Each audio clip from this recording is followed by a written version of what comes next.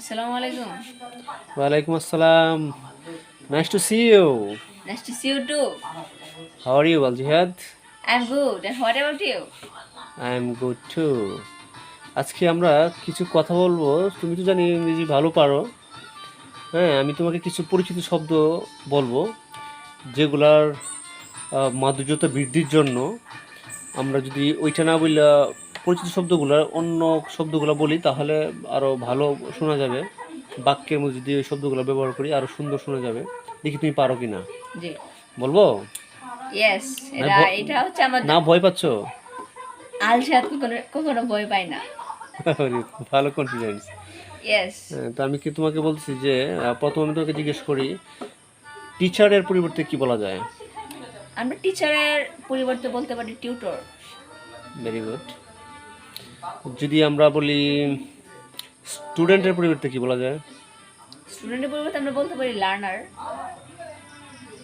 Excellent. আচ্ছা, যদি আমি তোমাকে বলি ক্লাসমেট, ইয়েস। আমরা নর্মালি ক্লাসমেট বলি, ক্লাসমেটের পরিবর্তে কি বলা যায়? ক্লাসমেটের পরিবর্তে আমরা পেয়ার বলতে পারি। ঠিক আছে, তো ভালোই পারতেছো। হ্যাঁ, আচ্ছা হ্যাঁ, যদি কনফিডেন্স।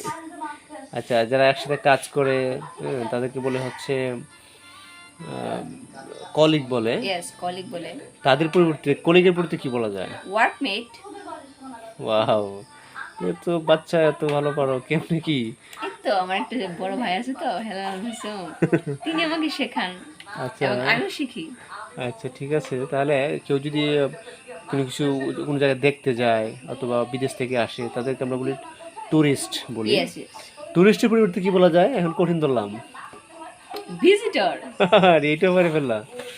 আচ্ছা, ঠিক আছে। তো লাস্ট একটা প্রশ্ন, তুমি যখন সুন্দর করে পারলা, পারলে কোনো কিছু সুন্দর দেখা গেলে আমরা কি বলি? Very good. ইয়েস। হ্যাঁ, ভেরি গুড বলি। ভেরি গুডের পরিবর্তে কি বলা যায় বলো তো? ভেরি গুডের পরিবর্তে আমরা বলতে পারি এক্সিলেন্ট।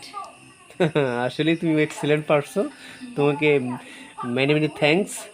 হ্যাঁ, ঠিক আছে, ধন্যবাদ। ওকে, থ্যাংক ইউ।